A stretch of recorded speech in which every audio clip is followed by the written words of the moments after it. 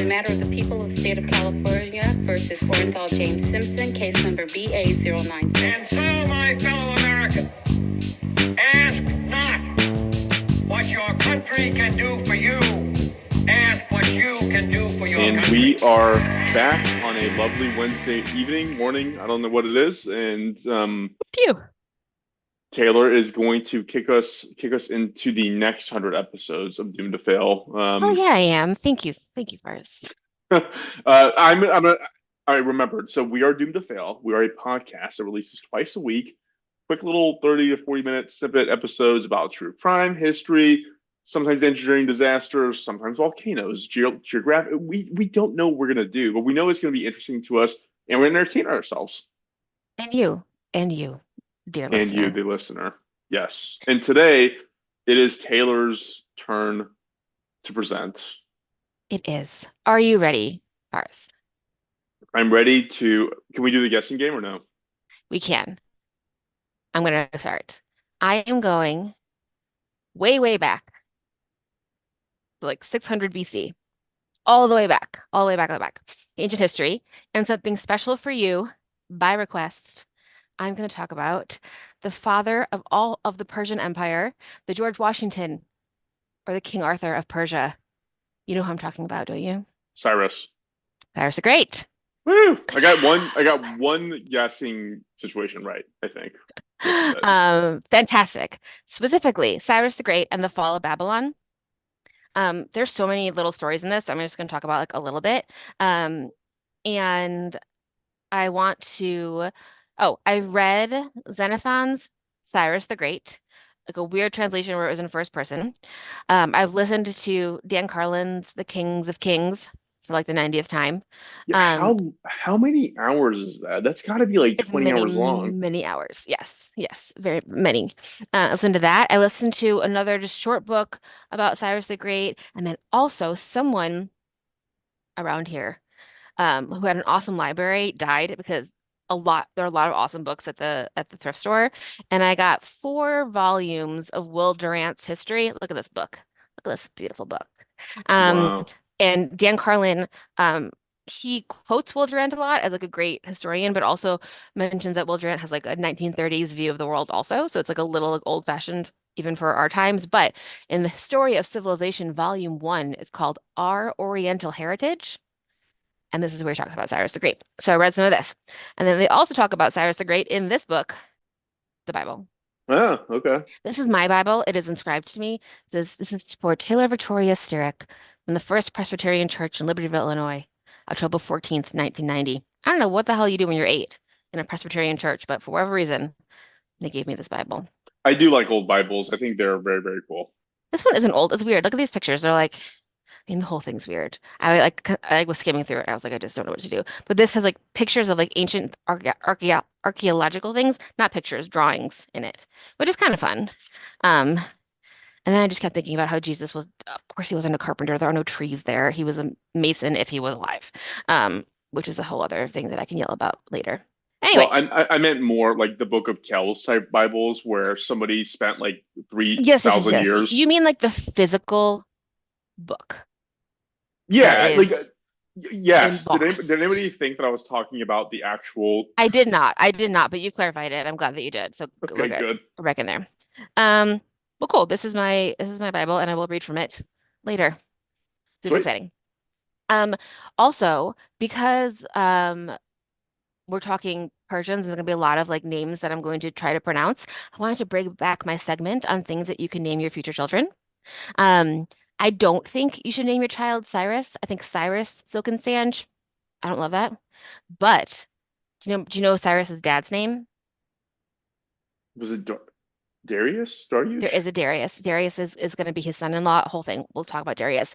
But his dad's name is Cambyses.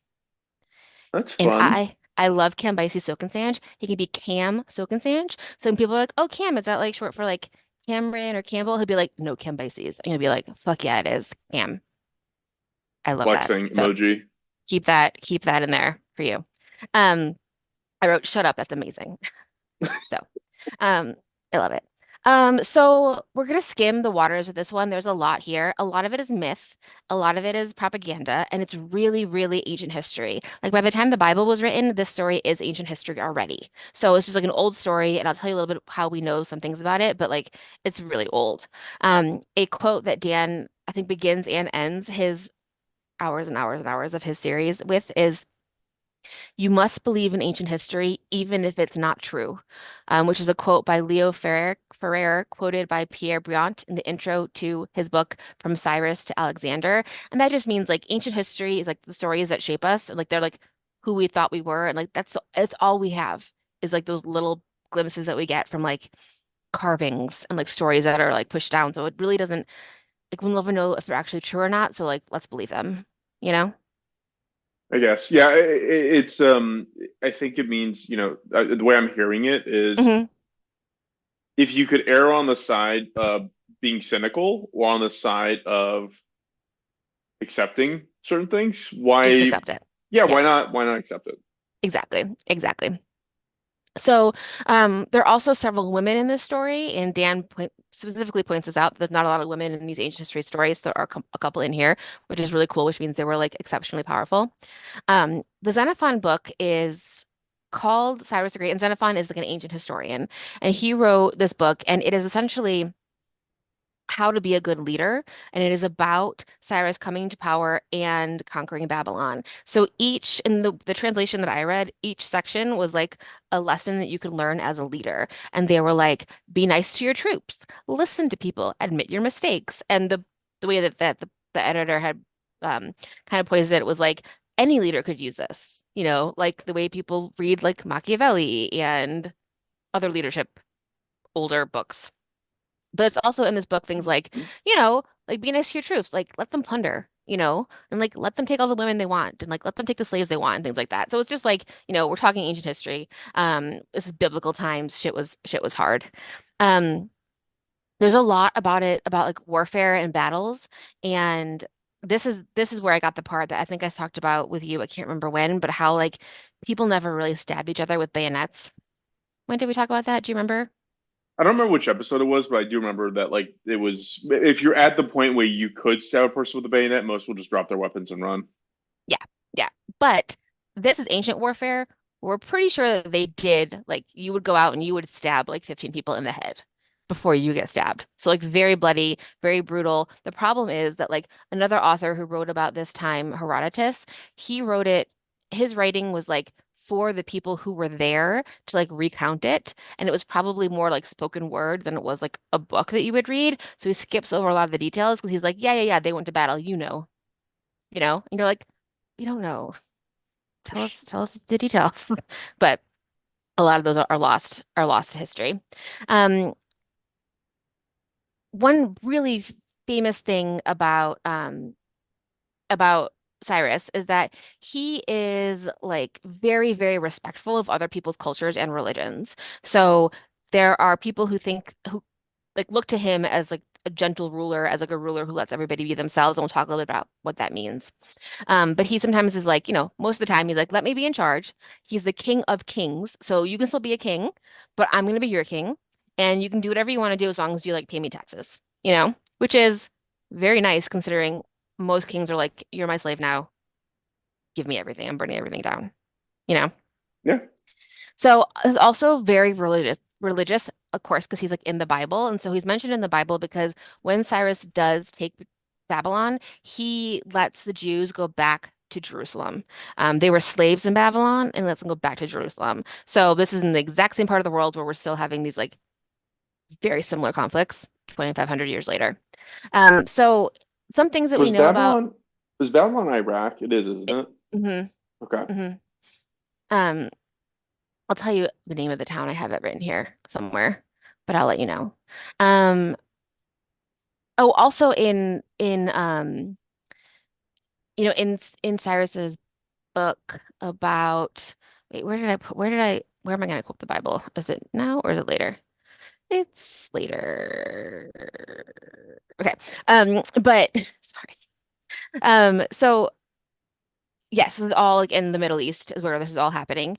And there's a lot of religious stuff in the Xenophon book that I read. Like Cyrus is like, God wants me to do this. He wants me to be in charge. And it kind of teeters the line between monotheism and polytheism. So it's around that time people are starting to worship just one God. And Cyrus is like potentially leaning towards just one, but I don't know how true that is or how much people need that to be true. But before Cyrus the Great, Persians weren't in the history books. Like they kind of came out of nowhere. They weren't not there and they weren't nowhere, but they came into the Western world and like swept up and took over huge parts of like Asia and Asia Minor and Greece and the Middle East. And no one will really do that until Alexander the Great, many centuries later. So this is like a huge deal and it really puts Persians on the map. Um, Cyrus the Great is going to have many titles, and these are really fun, so I wanted to read them to you at the top. Um, Cyrus the Great is the king of Anshan. He's the king of Persia, the king of Media, the king of Lydia, the king of the world, the king of kings, the great king, the king of Babylon, the king of Sumer and Akkad, the king of the four corners of the world, and the king of the universe. So he did a lot of great Got it stuff. all. He got Got it it all. all. I love that for him.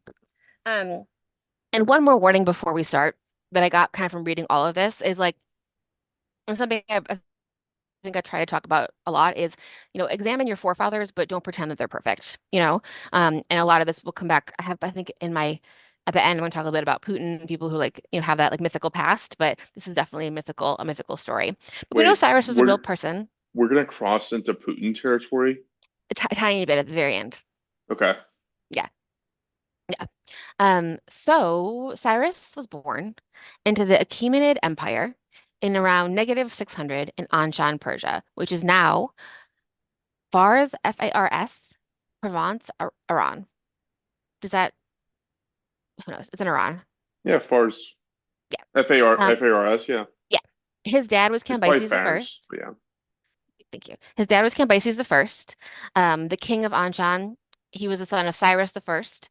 His dad died in the Battle of the Persian border in 551 BC, making Cyrus the king. Cyrus's mom was Mandane of Media, her dad. And so this is also like potentially a myth, but fun for making who you are. So his mom was a Mede, part of the Median Empire, which is like another like Persian group of people, but not the same, but like semi-related. Her dad um, Astyages had a dream that a vine grew out of her back, out of his daughter's back, and covered all of Asia, like all of the known world. So he interpreted that to be that her child would be this like great king and take over. But he didn't want that to happen because he wanted like his son to be the heir. He didn't want it to be like his grandson through his daughter. So he married her off to Cambyses because he didn't think that Cambyses would be a strong enough man to be the father of a great king, which is bitchy. So they did that. It also that was like a good political deal because that strengthened the relationship between the Persians and the Medes. So now they're have this marriage in between them, but he still doesn't want, his grandchild to be the king. He wants like one of his sons to do it. So once Mandane, Cyrus's mom, gets pregnant, the king takes the baby and gives the baby to a man to kill in the woods like Snow White. Remember that happens in Snow White? No, I was actually thinking about 300, where they put you in the woods. You have to fight We a actually wolf. get to 300 a little bit. In maybe in this, we get to 300, we get to 300. So he says, take this baby into the woods, gives them to a man named Harpagus, who was like a sword bearer guy in the court, and Harpagus is like, I'm not going to kill this fucking baby. He can't kill the baby. So he gives it to a farmer man of the woods named Mithridates. He was a shepherd. And Mithridates, at the same time, his wife happens to be having a baby, and that baby is stillborn. Very, very fortuitous. So he takes that dead baby, gives it back to Harpagus, and Harpagus gives it to the king and says, here you go, the baby's dead. So everybody's happy. Then, out in the village where young Cyrus is secretly a king, is, being a child, people can see that he's special. They can see that, like, people are following him, like, the kids listen to him. They're like, son of a shepherd shouldn't be that special. So then they, like, start to get the idea that maybe he's this like, missing baby. And then he comes back to the court, and he comes back and like is like reunited with his family and like part of the court again. And his grandpa, the king, was so pissed at Harpagus because Harpagus lied about killing the baby that he took Harpagus's son, killed him, and they had a big banquet, and he gave Harpagus trays of meat to eat. And after Harpagus was done eating, they said, "Did you enjoy your meal?" And Harpagus said, "Yes, I did." And then he said, "We'll have the rest of it," and did a thing, and it was his son's head and hands because it had been his son the Whoa. whole time that he was eating. And Harpagus like picked it up and went home to bury his son because he knew that he was eventually going to be in trouble. That probably is made up, but like it's a fun myth. Again, so every Who one of cares? these stories is just so Game of Thrones. Like, Yes. for sure, this was a Game of Thrones at some point. Yes. But it's pretty convenient then that the heir will come that the heir to the Persian throne would also be a Mede by his like father, by his mother. So all the things that it's a good story. And so who cares? That's where Cyrus comes from as far as we're concerned. He grew up in the forest and then he came back. Either way, he becomes king of the Achaemenid Empire. Taylor, And Real quick. yeah. I know we literally just said believe the stories and don't be Mhm. cynical, but how much easier is it to lead men when you're like, I was raised this poor boy and everybody just followed me everywhere versus I had 300%. 17 teachers and was like Hmm. literally babied my entire like it's a Yeah. it's a much better origin story. I love that for an origin story. That's literally the story of that's in Snow White. It's in Sleeping Beauty, where she's like taken out to the woods and pretends to be someone else. It's in Superman, where he like is like given to a poor fam like a whatever, a farmer to like raise. So yeah, Yeah, it's it's definitely Mowgli syndrome. It's like literally just like the story of exactly. Mowgli that we just Yeah. keep recreating in different ways. We could name a million of them. Yeah, exactly. So I'm going to talk about the fall of Babylon, but I just want to tell you a little bit more about Cyrus's family and like what happens to all of them. And I think we're going to get there probably, I mean, not today, but like eventually we'll talk about the rest of his family. But Cyrus sets the stage for more great Persian kings and like a long line of them. He probably had like 20 wives. Who knows? And like who knows how many kids he had. There's like some point in the story further along where like someone like killed his brother, like not Cyrus, his brother, but like some king killed his brother, and you're like, he could have had like 100 brothers. Because if your dad has, 30 wives, each of them have 5 kids, you have so many brothers. It's not like you're killing Sam, Yeah, you know? it's inconsequential. Yeah, exactly. Cyrus probably had like 20 wives and a shit ton of kids. But his like main wife, or the wife that we're gonna talk about now, is a woman named Cassandane, Cassandane, whatever. It might be spelled differently somewhere else. But it, all accounts, they loved each other.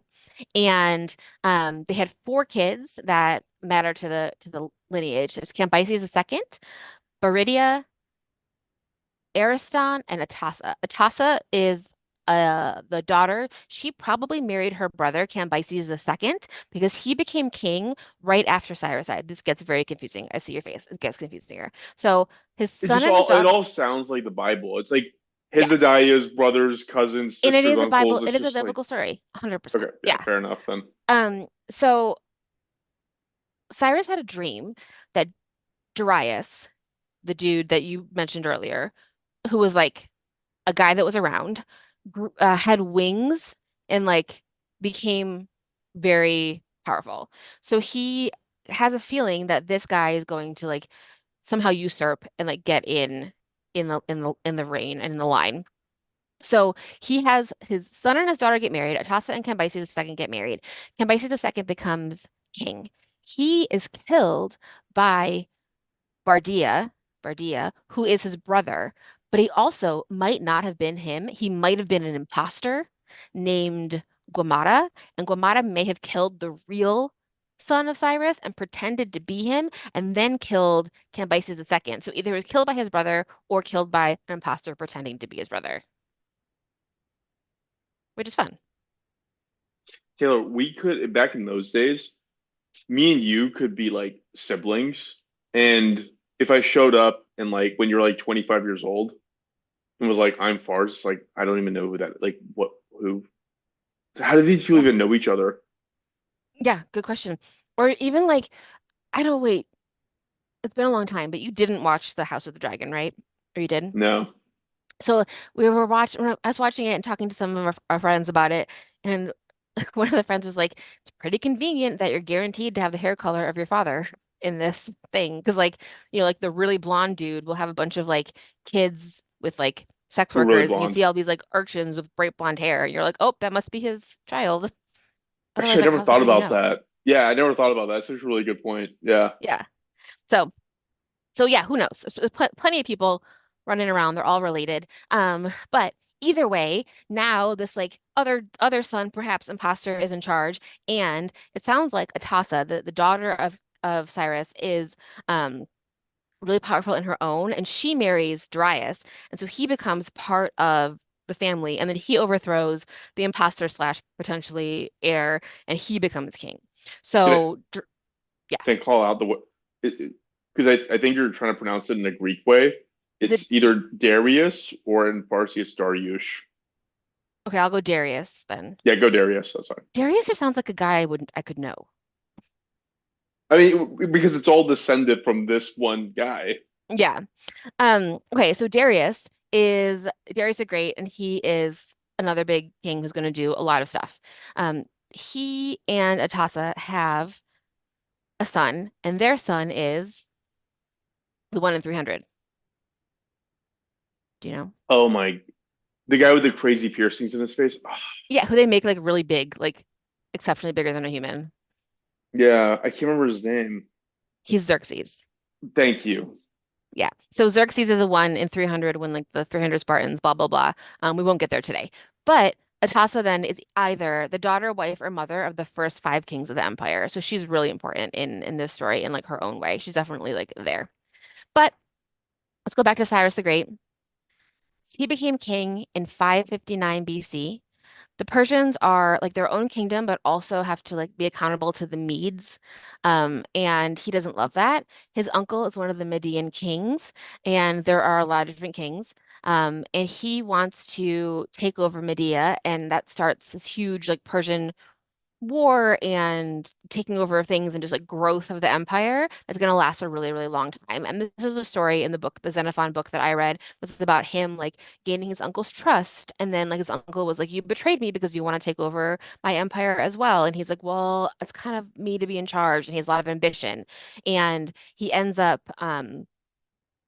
like taking over Medea, and people really like Cyrus because of the thing that I said. He didn't give a shit who you worshipped. He didn't care who made like the day-to-day laws, as long as like he was in charge, it was fine. So people really like they liked that. Some people go as far to say he invented civil rights, which is like pushing it, because like again there were also like a shit ton of slaves, and a lot of people got their heads bashed in, and there was stabbing. But it was all ancient times, but he was more lenient than other ancient kings. Um, Cyrus's army had a great cavalry and archers. There were many, many battles. We might talk about more, I think, later, because there's a bunch of them and they're all super interesting. But he conquers Lydia, other parts of the east. He gets all the way to India. So he's like if you look at a map, like this empire kind of like upside down U shapes over the Middle East and like that whole area. And in the middle of the U is Babylonia, and that's like the that empire. So one thing about Babylon is it doesn't exist now, but it was an ancient city in Mesopotamia, now in modern day Iraq, like you were saying. The history dates back to the third millennium BC when it was a small town. Hammurabi was one of the people who established the empire, and the Code of Hammurabi, which I think we talked about before too, is like the earliest written laws.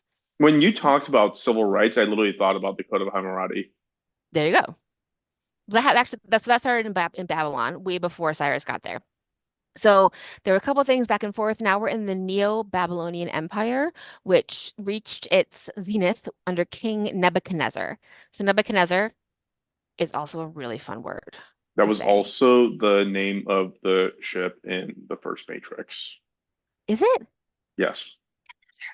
I I hope don't, I'm I not don't, wrong. If I'm wrong, just yell at me on something. I believe that they would name it that. So I believe you. So Nebuchadnezzar ruled from 605 to 562. He did a bunch of building projects. So Babylon was like a pretty like big metropolis city for being in the ancient world. There were the Hanging Gardens of Babylon, which like no one has ever seen, but essentially one of the wonders of the ancient world. A bunch of big building things. It was a really, really wealthy city.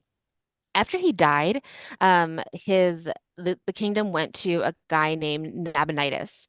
So Nabonidus is the next king. He wasn't nice in the way that Cyrus was. He left for like 10 years to go do other stuff and left a guy from the army in charge. No one really liked him. Things were kind of falling apart in Babylon, like politically speaking. Another thing that Nabonidus did is he stole all of the statues from the cities around him. He was both like in trying to consolidate the religion and also like trying to make people afraid of him because this is a time when like people think that the statue is the god. Like they need that statue in their village to be able to worship, that kind of thing. And again, this is biblical times where the Bible's like, don't do that. And then the um Nabonidus is like, everybody do it. Does that make sense? So like they're trying to maybe It's so not that, but they're different trying, than praying at the altar today. yeah. Yeah, so they have but they all have their own gods. So they're trying to like maybe consolidate into one. Like that's something that is happening like at that time. And then wait, let me I think this is where I should read a little bit about the Bible. Dun, dun, dun. Yes, I think so. So there's parts in the Bible where they're like, God wanted Cyrus the Great to do this, to go into Babylon. So I'm going to read from Isaiah 45. It says, Cyrus, God's instrument. Thus says the Lord to his anointed, to Cyrus, whose right hand I have grasped, to subdue nations before him and strip kings of their robes, to open doors before him, and the gates shall not be closed. I'll go before you and level the mountains. I will break in pieces the doors of bronze and cut through the bars of iron. I will give you the treasures of darkness and riches hidden in secret places, so that you may know that it is I, the Lord, the God of Israel, who call you by your name. It's weird. I don't really get it. But like the idea is that like God gave Cyrus all of the power to do this and like helped him do it so that Cyrus would tell people that God was the only God. It's very he's God is very me in this. So here's okay. So What this do you is think? I don't know anything about I this. I don't know anything about this, Okay. but there's like this weird crossover element of it that I think is why it always loses me. Hmm. Where so personally, like I don't care what anybody believes, believe whatever you want, doesn't matter to Yeah, me. whatever. But personally, I think that the fundamental philosophy and teaching of religion is just a really good thing to have ingrained in you. The stories, it feels like you're being spoon fed it like a child instead of being told, here's some basic fundamentals on how to live life that if you like Yeah. discipline yourself to them, it's not a bad way of living. It's just a way that it's fed to you that like I don't buy into. I clearly it's clear and obvious all these people are real human beings that lived at Hmm. some point. But when you overlap the two together, it adds this fantastical element to like a story like Cyrus's, which is like obviously factual, but like Hmm. why does it need to have like this like weird HBO miniseries component of like God being there and the Red Queen and I don't get Hmm. it. Yeah, because then it goes into like so Isaiah. Okay, 45:20, it says, Idols cannot save Babylon. Assemble yourselves and come together. Draw near, you survivors of the nations. They have no knowledge, those who carry about their wooden idols and keep on praying to a God that cannot save. But also, Cyrus is like, you can have your idols, I don't care. So, That's I the don't thing. know. What's true and what's not? Because Yeah. it's in the Bible and it's like put in this. It's probably just people trying to later on ascribe God's 100, intent on yeah, a yeah. real What person. happened? Okay. Right. Because it's much later, and then, but so Yeah, much I of it is forgot this like, is 600 years later. yeah, yeah, yeah, yeah. Yes. But so much of it is like, I am Lord, I am God, blah, blah, blah. Like, okay, calm down.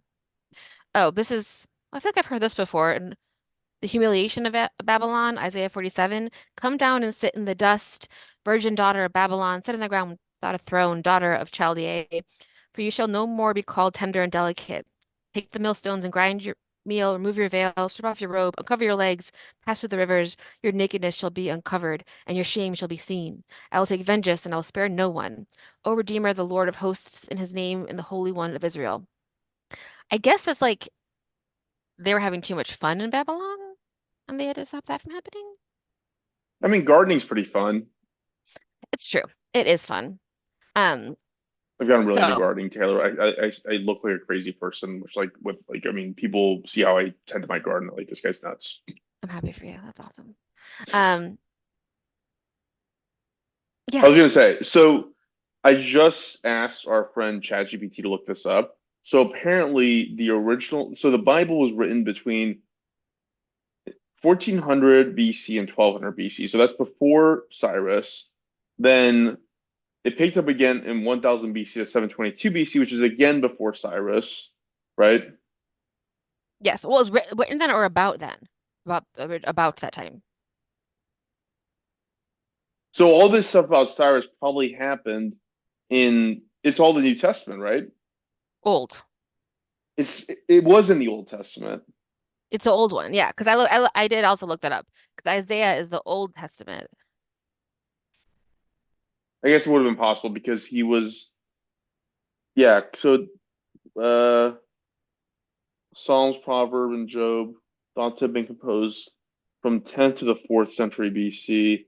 I don't know. This we're getting way in the weeds. Sorry, No go one ahead. was there, you know. So no one was there that wrote everything down. We're like, interpreting things the way we want to interpret them, including us. I like a fun story. I'm gonna talk about the fall of Babylon in the funnest version of it that I found. So Nabonidus is the king. He stole the statues. No one likes him. Babylon isn't also just a city, it's like a whole area, like Babylonia, like an empire. And in 539 BC, Cyrus heads towards Babylon. That's like the great next big empire to conquer. His troops consist of Persians, that's the core. Those are his men that he's like trained from day one. There's Medes who are, from the area who he had just conquered. They're great horsemen, so they're definitely there to help. And then there's other people from places that he conquered. There are some volunteers, some people are forced, but a lot of the military in this time, like, it are people who are conscripted, kind of like as they walk through your village. They're like, let's go. So you like have to go with them. You don't have a choice. So they Yeah. like walk past you while you're gardening, and they're like, Fars, grab that hoe. We're going. And you gotta like grab your hoe and put a bucket on your head and go because you don't have any armor unless you live in Austin. But you gotta just go, you know? I can so I I hope there's some fan art of me with a bucket on my head, like I'm a soldier. Let's go. Let's go conquer Babylon. You're like, oh, I'm ready. I have little floaties on my arm. So either way, there's a lot of people. And then now we get into like, this is my favorite myth about the fall of Babylon, is that they got there in Babylon, they conquered cities on the way, and then the city of Babylon has obviously big walls around it, like a big city does. And they're like, well, we can't get in over the wall, so we're just going to sit here and try to wait them out. So the people in Babylon start to run out of food, blah, blah, blah, all the things. But at some point in like the outline of Babylon, the river Euphrates goes underneath the wall to bring water into the city. And Cyrus and his troops find a way to stop the river from flowing. They dam it up like a little bit further down so the river dries up and they walk into Babylon underneath the wall on the riverbed, which I would like to believe because that sounds Taylor, dope. why did he want to invade Babylon? Because they had it was like the one of the largest and wealthiest counties in the world. It was just next. But he had everything already. He had like a whole bunch of stuff around like Iran and Iraq and Median Empire and all that. But yeah, yeah, but he wanted more. Like these guys don't stop, you know? So he's a Like, jerk off. well, they all are. Like it describes him as like I think in the Will Durant it says he dies of ambition just like Napoleon did, and later we'll talk like this empire eventually goes to Alexander the Great, who also kind of considers himself as the last Persian king, before like all of the ancient world started to fall. I definitely want to talk more about Alexander the Great later, but yeah, it's just ambition. It's just like you're not going to be like, you know what, this is nice. I'm just going to sit here with this empire and I like it. Taylor, as It an never happened. Iranian, what if I'm a descendant of these people and we somehow find a way to unlock my ambition to destroy hmm every other podcast we're competing against? I would love to fucking do that. Get some ambition under your butt. Go. You got to help me. Your ancestors conquered Babylon, and you're Come like, on, Fars, wake I'm ha up. I'm having a hard time marketing this podcast. Meanwhile, I have a bucket on my head and I'm carrying a hoe for some reason. Like, I have some seeds in my pocket, you guys. Anyone want to come with me? We can have fruit in 17 years and it's pretty gross. We're gonna follow that guy. Um, so I love that. I think that's really fun. When they get there, people of Babylon are like, cool, cool, cool, cool, cool, cool. Like, don't kill us. You can have everything. And one thing that Cyrus does, is um, this is also part of the Bible, but he is like anointed by God to return people to their dwellings. So a lot of people in Babylon were enslaved, and a lot of them were from Jerusalem. And so he let them all go home. So that was basically Cyrus like saving the Jews and letting them go back to Jerusalem. And that was a really big deal. And that would make him like a hero of the Old Testament. Um, a lot of the stuff that we know about this particular part of the story and the story itself comes from a thing called the Cyrus cylinder. It's like a large clay cylinder with writing all the way around it, and that tells us this story. The cylinder is a an ancient symbol of like Iran. It's declared like a national thing that they really care about and all these things. Guess where it lives? The Louvre. The British Museum, Shocker. even though Hey, it's like a national thing of Iran. there was an episode. Oh man, I gotta find this.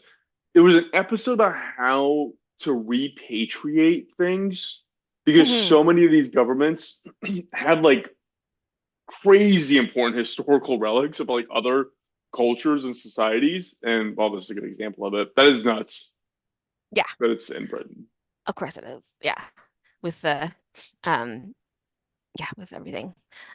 So that's how we know a lot about it. Then obviously there's parts of it in the Bible. But then he has a couple more battles, a little bit more things that we will talk about. Look, I made a little thumbs up that we'll talk about, I think, in the future because it's all super interesting. But Cyrus the Great dies in 530 BC at the age of 70. One account says he was at home, but like that's lame. So other people say he died in battle. And he was battling the Scythians, and the Scythians were led by a woman named Tamiris, and Cyrus was like, "I'll marry you, and we can just put our kingdoms together." And she was like, "No, thank you, like that, I don't want to do that." And so he went in to invade, and his troops kind of advanced, and then they pretended to leave, and they kind of were like, "Let's pretend that we are afraid of them, and we're going to leave." So the Persians like retreated, but they left their stuff and they left their like tents full of like wine and food. So the Scythians got there and they're like, ha ha ha, they left and they drank all the wine and they ate all the food and they all passed out drunk and they all got slaughtered by the Persians because they didn't really leave. They were counting on them getting drunk. One of the people who died, We're sneaky people. which I love that. That's a great idea. Um, uh Cyrus's son, he was there and he woke up kind of in the middle of the fight and he died by suicide because he was so upset that this had happened. And then Tamiris was so upset that she really went full force on the Persians. And in the next battle, Cyrus was killed and she took his head back to her kingdom. But his body was taken by the Persians back to Persia, and his tomb is a UNESCO World Heritage Site, which is like a site that's like important to world history. It's in Pasargadae, Iran. I I'm gonna have to look think that up because I'm sure it's a name on Cyrus's yeah, tell me tomb. how you really say that. And it's believed to be real. Alexander the Great visited it. Like it's the place where he's not in there anymore because of like pillaging. There's no gold in there, but he would have been buried with like a bunch of gold, but that's supposed to be his tomb. I think it's Pasargod. Right. Yeah, Kurus. Oh, yeah. Cyrus is Kuros in Farsi too. That's what it Yeah. translates like Amge Kuros Bozorg. Kuros Bozorg. That means big. It means Cyrus big. Cyrus Cyrus the Big. Big. Yeah. Love it. Yeah, of course. Of course. We say the great for all of these. That's not like what it's called. Um, But so the thing that, Alexander the Great visiting the tomb and it still being there and like we're still talking about him, he is the kind of person that like people who want to be great rulers, I look back towards him. So like Thomas Jefferson really liked Cyrus the Great to be like, oh, an empathetic militaristic leader. And then also I did want to swing back to Putin because this is where, in the beginning, when I said we should learn about our forefathers but not pretend that they're perfect, because Putin, I was watching Jon Stewart, and he had an author named David Sanger on, and he was talking about how Putin has a portrait of Peter the Great in his office. Like he thinks he's Peter the Great, you know? And like so a lot of people, these like authoritarian rulers think that they are descendants of this ancient past that may or may not have existed, and also it doesn't matter because like you have to believe it, you know? Yeah. No, it's fascinating. Sorry, I was spacing out a little bit because I was thinking about like there's so many of those. Hmm. It is almost like a human mandate that we have to create idols because as you're talking, I'm thinking about like you're asking like, okay, so like do you know this guy? It's like so there's Darius the Great, there's Alexander the Conqueror, there's Hmm. just so many of these guys one after the other. The Ottoman Empire, whoever was in charge of all that was going on, the Roman Empire, the Greek Empire, like it's Hmm. just like thing after thing after thing. And I mean, to some extent, it works because we idolize it. We still talk about it to this day, and Exactly. it's important enough to talk about. But Yeah. it is fascinating.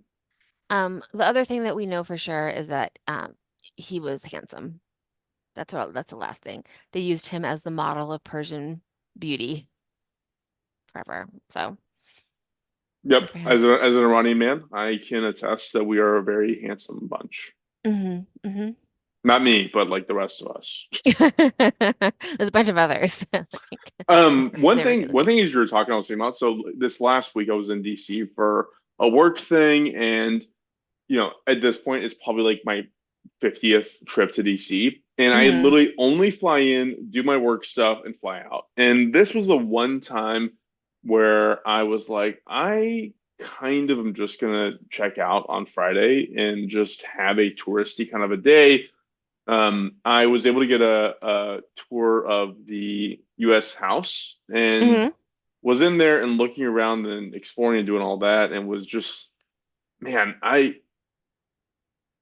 you forget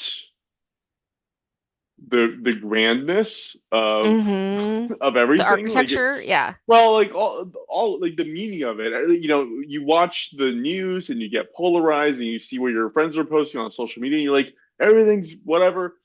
And you're there and you're like, man, like these are like some pretty solid foundational beliefs and ideals and like things that like this country was based on. And it was very and as you were talking, I was thinking about because there's this one thing, I forgot what the name of it is, but there's this one like Sistine Chapel type painting in the top of the Hmm. dome. Have you been in the Capitol?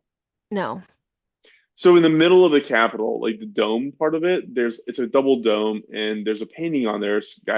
This Italian guy who painted this thing, but it's like a weird amalgamation of like the founding fathers, like touching hands with like angels and like harps. It's Uh-huh. weird. It's a little bit weird.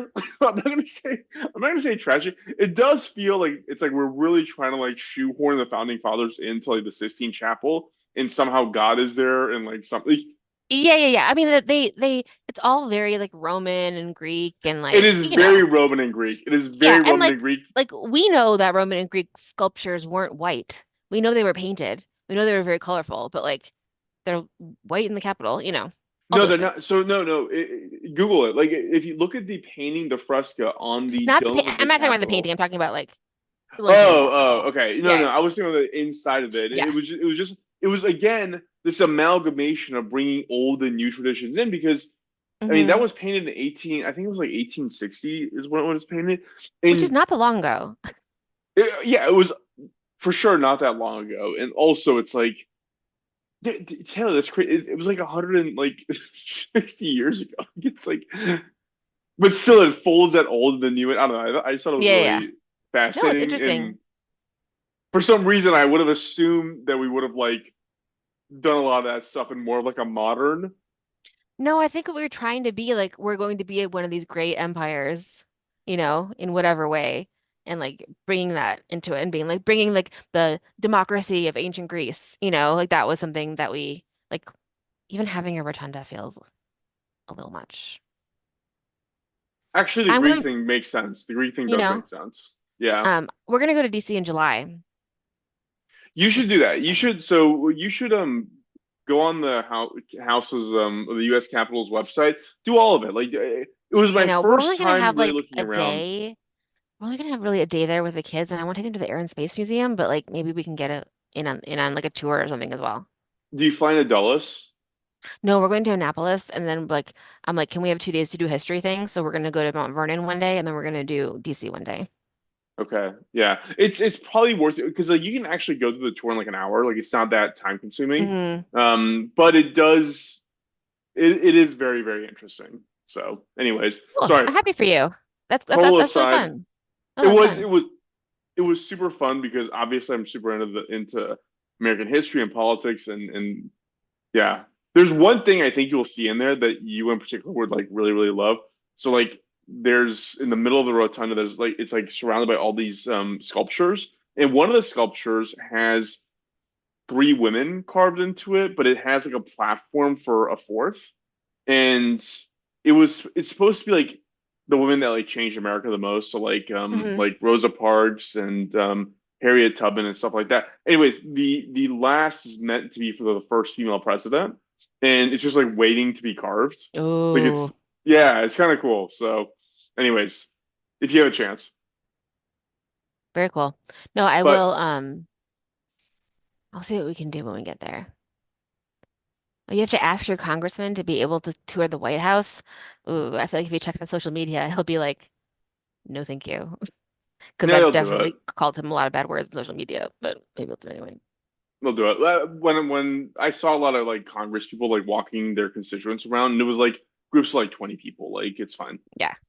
Um, but anyways, so no, thanks for sharing that. Like it's yeah, you I asked you a while ago to do something in Persian history, and here we are. There's a lot more. I So mean, this obviously this book is huge, this Will Durant book, but then he goes into, I mean, there's a whole lots of chapters on Persia, but then um yeah, I want to hear about like the Darius and the other Cambyseses.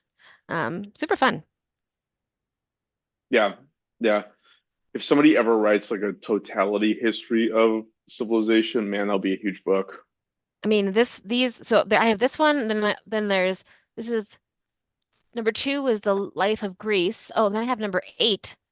Not even close. I'm missing a bunch of them. I have 1, 2 is life of Greece. 8 is the age of Louis the 16th, and then it looks like, hold on, 10, no, 11 is Napoleon. I mean, there has to be like 35 of these, and we're not even close. So Which is why I respect Dan Carlin so much because you know he read those. he did for Like sure. you know he Nope, read like I like those. read them and I'm like, oh, this is where Dan got this, and I'm like, heck yeah. And then like 15 other anthologies. God, that guy researches this stuff. Man, good for him. Love it. Love you, Dan. Thanks for listening. Love you, Dan. Um, Cool. Well, thanks for cool. sharing that, Taylor. Yeah, thank you. Anything Um, anything we want to dive into before we hop? no, just thanks to everyone who's been following along. Just gotten a couple hellos from social media. I am watching some social media how-to videos because I'm like, what is good? And I did a TikTok the other day that got like a lot of views, more than usual, and we got like 40 new TikTok followers from it. So I'm super excited about that. So I'm learning and growing. I Um, am firmly putting my stance on not downloading TikTok because I legitimately no, do you don't think have to it on is TikTok. a I'm just saying I'm learning and growing my pieces of this, and my pieces got are it. making better TikToks. And I think I made a better one It's awesome. this Yeah. this time. So It's just one of those things where I'm like, did I age out officially of like new social yeah, media things? And I no, think who I've cares? done that. I had to put a limit on my Instagram because I just like I'm on all the time and it's stupid. Yeah, I have moments like that. Yeah, I'll confess that when I'm bored and there's nothing happening, I just instinctively pull out my phone and look at Insta, and that's a waste of life and time, and I should Yeah, probably find something better to do. it's not, I don't care. Oh, but I am watching a video of No Doubt to Coachella, and I wish I would have been able to go, but I wasn't because Coachella's stupid and $500. So no, but I do hope No Doubt tours because I would love to go to that. Yeah, if they're ever in Austin, I would Oh my also go to God, that. I was totally come. I would totally fly to Austin to see No Doubt. I saw them the last time, I don't know, 15 years ago in New York, but I've seen them a bunch of times and I would do it again Don't if speak Anyways, with the introduction of Don't Speak, we'll stop speaking and go ahead and cut this off. Any last words, Sailor? No, Not that you're thank you, dying, but everyone. Um, thanks, team. Please tell your friends. Any ideas, hit us up at Doomed to Fail Pod. Oh, we got some emails from some people with some ideas. I think I might have sent you one, or like one was on um my like more historical, so I'm gonna look at that. But yeah, cool. Thanks, Fars. I will see you soon. sweet. Thanks, Sailor. I'm gonna go ahead and cut it off.